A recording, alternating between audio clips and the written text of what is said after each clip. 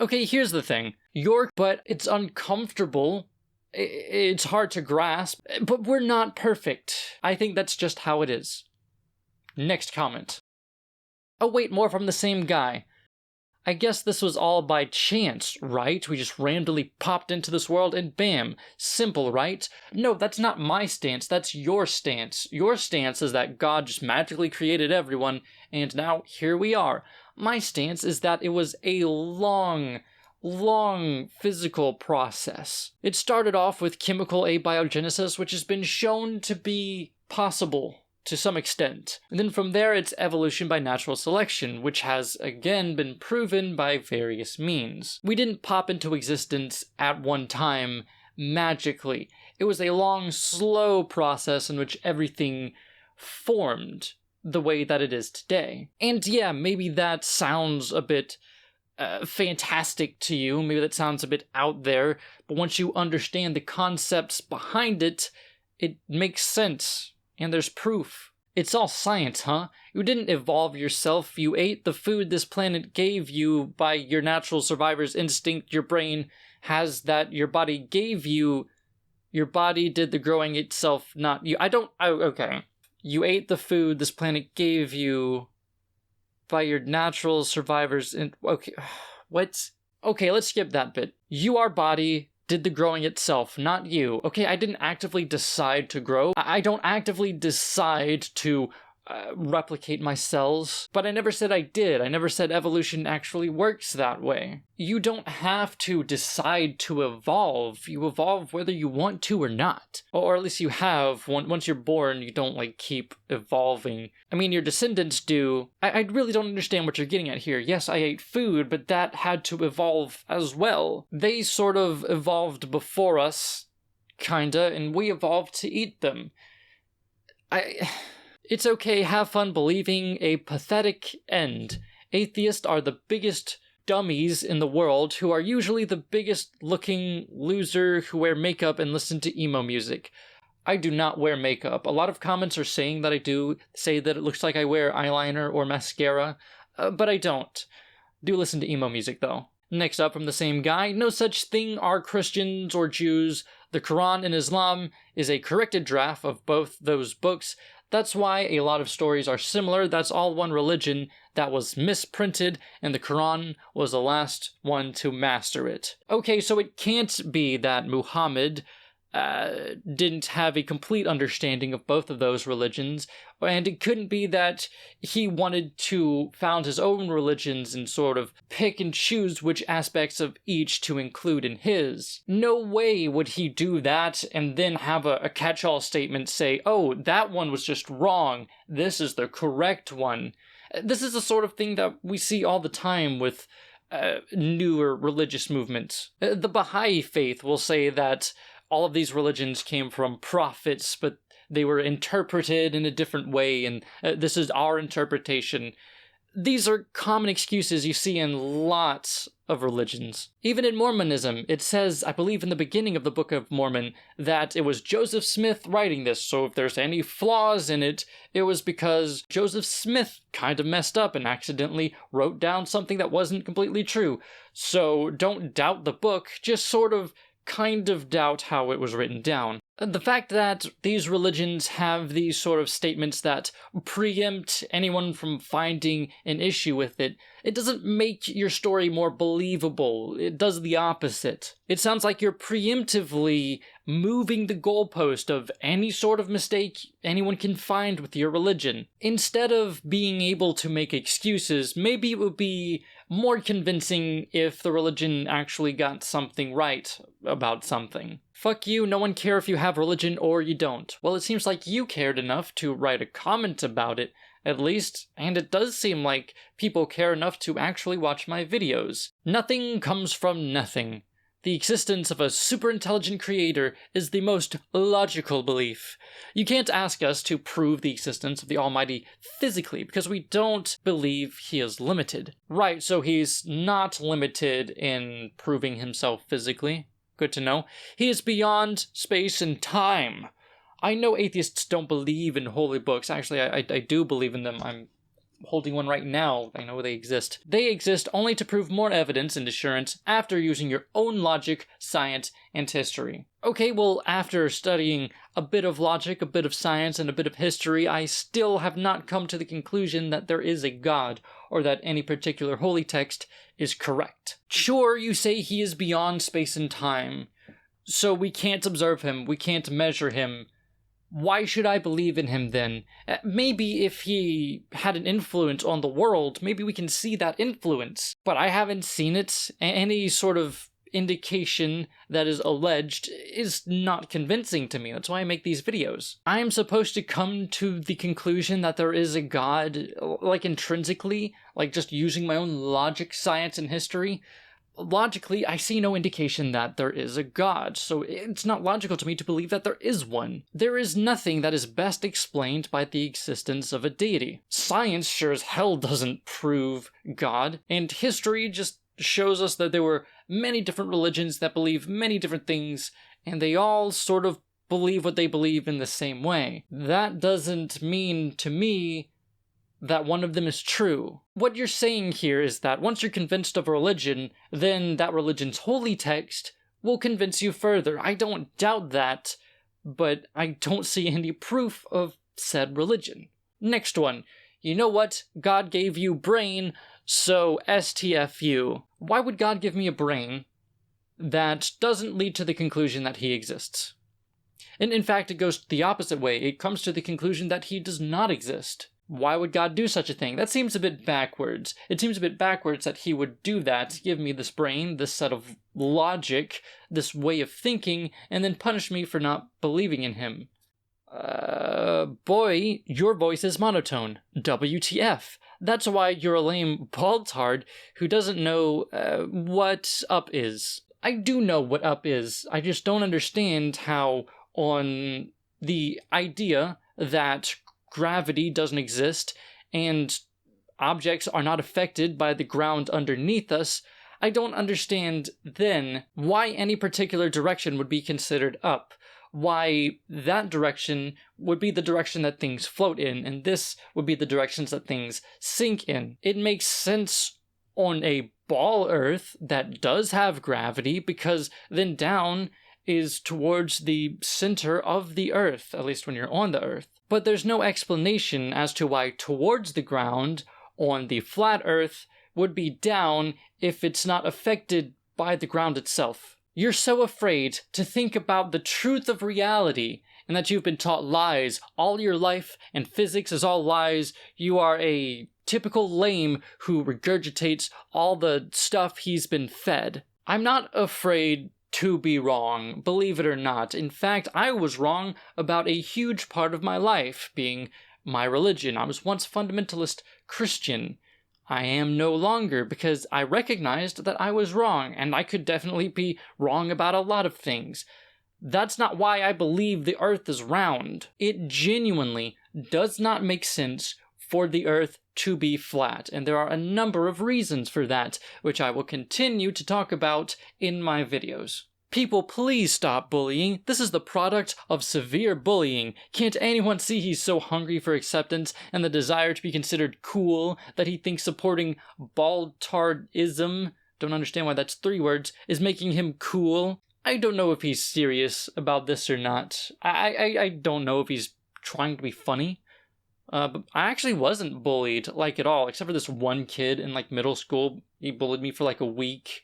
It was hardly anything at all. But I don't think that believing the Earth is round makes me cool. I think it makes me normal. Do you not understand that you're in the minority of people that don't accept the proven model of the Earth? He goes on, this little idiot could have spared us with his monotone vomit if he could just simply say why, quote-unquote, you don't have to type quote-unquote. You could use quotation marks. There's a whole key dedicated to, well, the apostrophe and quotation marks. Why not use them in text? Do you not understand that quote-unquote is a way of saying that verbally, whereas in text, that's what quote-unquote is meant to represent? Okay, whatever. If he could just simply say why quote-unquote gravity, whatever that is, cancels out the surface of oceans and lakes. Fucking lames. What do you mean cancels out the surface of oceans and lakes? Water is pulled towards the earth, and it's pulled towards the earth as much as it can be. If there was a cone of water, then the top of the water would be pushed down towards the earth, and that would push the water that's underneath it outward, and it would continue to do that until it's flat. So that way, the water is still pushing down water underneath it, but it has nowhere to go. That's why water finds its level. And it's kind of telling when you say that you don't understand what gravity is. Maybe you should try to understand some basic physics. You don't even have to go into the concept of general or special relativity. If you really want to get to the bottom of what gravity is, you would have to. But even just basic understanding of the way things work would probably make you not a flat earther. You are a fag. I know you wish that I was, and I'm sorry to disappoint, but no, I am not. I have a girlfriend. Go fuck yourself. No thanks, I have somebody to do that for me. Send these fools to an escape trajectory out of the solar system and see what they say. You can't do that. It's impossible. They're not going to make it out of the solar system. They're going to hit the dome. Even if humans went to Mars, I don't think that flat earthers would be convinced even then. Okay, this one comes from It's Me. He's been watching my stuff for a long time. I recognize him. Although he should know that my name's not capitalized. Hey, hiith. I've been watching you for a while, and this is actually a serious question. How can you be in a relationship with a pagan? Obviously, this came from my video with my Wiccan girlfriend. I mean, I consider believing in things you can't show with actual evidence to be real is immoral, which is why I'm opposed to religion in general. What makes something immoral? What is the basis of morality that you have? I can't speak for you, I can't speak for everyone, but to me, morality is based on harm done to other beings and anything that has the ability to feel pain or suffer. So if I'm doing something that harms somebody that is more than necessary and against the victim's will, I believe that that is immoral. So if I believe in something that I can't prove, that I can't show to be real, how is that harming anybody? How is that in ill will against anyone? I don't think that it is. And people are naturally going to believe in things that they can't quite prove. People are naturally superstitious. They naturally believe things that are told to them by people that they trust, especially from a young age. So, I mean, it's not even like they actively choose to believe in things they can't prove. Sometimes they do, but most of the time they don't. So, I don't think it's immoral. I don't really know what your concept of morality is, but I don't see it as immoral. Now, to try to push that onto other people, or to try to put it into the education system to misinform everyone, I'm against that, because I view that as harmful against society in general, but that's not what's happening here. I know you talked about respecting the other person, but I don't think you should show respect for things that haven't deserved it. Well, we also have a different concept of respect. I think that everything deserves respect by default until they start harming others. And if we do that, if we show respect by default until they show that they're not worthy of our respect, then our society in general will be much better. There will be far more tolerant people, which is why I can be in the same room as somebody who disagrees with me. Being the big bad atheist telling everybody that God doesn't exist is not a good way to go about advocating for atheism. Putting everybody on the defensive is not going to make you a very likable person. And that's kind of what this is about. While obviously people, especially someone you're dating, most certainly has gained your respect, that doesn't mean that you should respect their beliefs if they either 1. Be shown to be false, or 2. Can't be shown to be true. Maybe respect is the wrong word here. Maybe the right word is tolerance. My girlfriend believes that certain minerals and crystals have different effects on, say, your mood or your luck or whatever. Now, I don't think that that's true. I don't think that that can be shown to be true, and perhaps it can be shown to be false. But what do I gain from telling her, no, that's not true, that's ridiculous? What kind of person would I be if every time that somebody brought up their beliefs and I disagreed with it, I'd say, no, this is what I believe. People will immediately get defensive, and everyone will see you as, thereby, offensive. I don't need to immediately try to prove myself what I believe or disprove other people and what they believe. I don't need to do that because, first of all, it probably won't work. Second of all, if I don't do that, if I let them believe the harmless things that they believe, and I don't, and I believe the harmless things that I believe, if we just go on believing whatever it is we do or don't believe, everything will be fine. She can wear her crystals, she can knock on wood, and she can refrain from walking under ladders, or breaking mirrors, or opening an umbrella indoors. That's harmless. And out of respect for her, I'm not going to walk under ladders or open umbrellas, even though I don't believe that they have any effect on my luck. I will respect that she believes that it does. And if I do that, then we're happier than if I just say, no, I'm going to play with umbrellas if I want to, because I don't think you're right. That's not going to be very helpful, beneficial. That's not going to strengthen your relationship. He goes on, I would consider calling people out on bullshit to be an act of respect, but allowing them to either sit stagnant or wade deeper into the probable falsehood to be not only disrespectful, but to actually be immoral. It's, for all intents and purposes, lying. Well, no, it's not lying. Unless you encourage them. For example, take me and my girlfriends, because that's where this came from. I'm not going to tell her that I agree that walking under a ladder is unlucky. She knows that I don't believe that. So it's not lying. I don't tell her that, oh yeah, it is unlucky, nor do I tell her that, oh yeah, I believe it is unlucky as well. She understands my stance on it. Where in there am I lying to her then? And I don't think that it's immoral to tolerate other people's beliefs. I mean, it would be immoral if, in doing so, it was harmful to the other person. For example, if somebody believed in homeopathy and refused actual medicine in favor of homeopathy, it would be immoral to not try to convince them otherwise, at least if I felt like I could. But again, for harmless stuff, it really doesn't matter.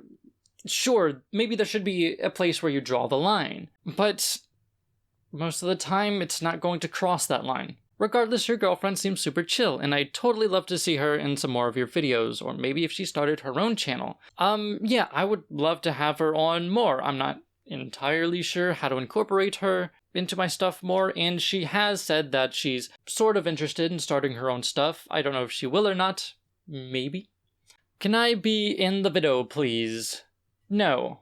Up next, and last comment. At the 1 minute 44 seconds, you get it.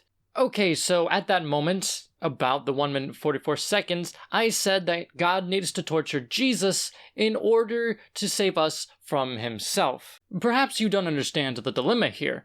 God is not only the one punishing us, but he's also the one deciding what the punishment is, deciding what crimes are worthy of being punished, and also the one putting us in the position to commit those crimes. Why then does he have to harm an innocent man to save us, who he decided is guilty, worthy of a punishment that he decided? How does another man being punished mean that we get to go free? How is that just? And why can't God just forgive us if he knows that we are pure in heart, I guess? Man is separated from God by sin, but these are things that God decided was sin.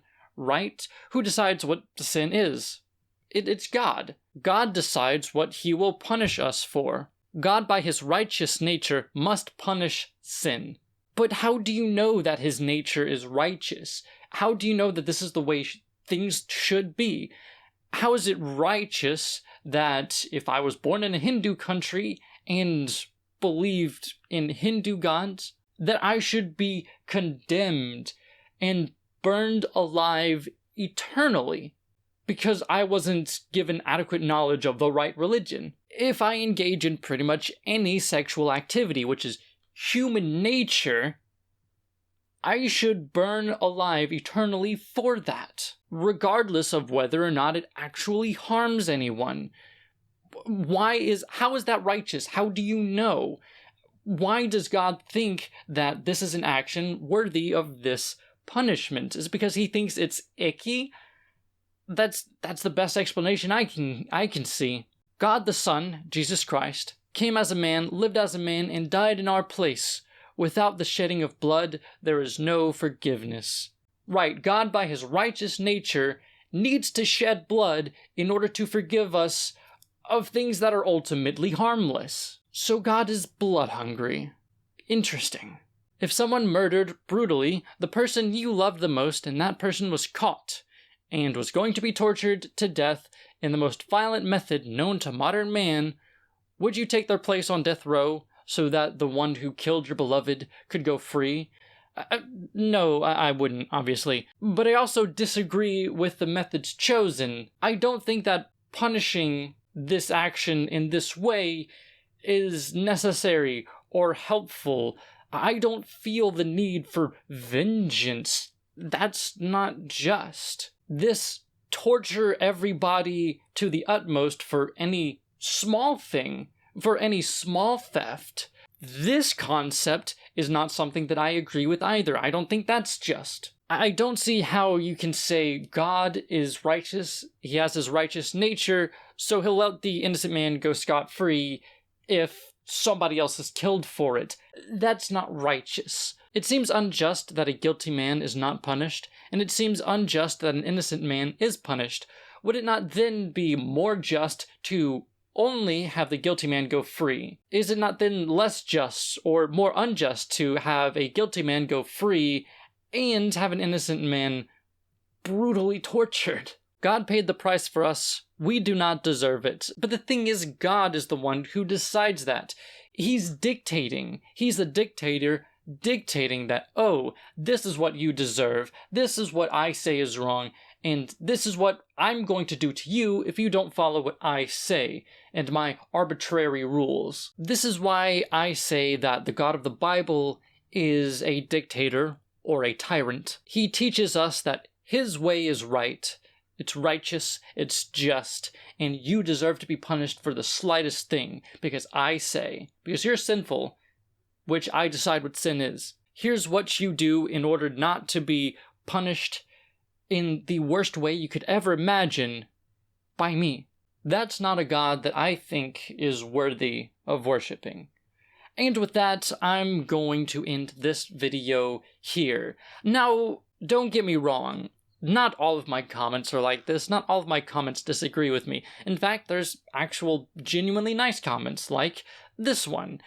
But those don't really make too much of an interesting video. But I do appreciate, well, any and all comments, even if they are insulting me. I think they're generally funny. So thank you for watching, thank you for enjoying, thank you for commenting, and goodbye.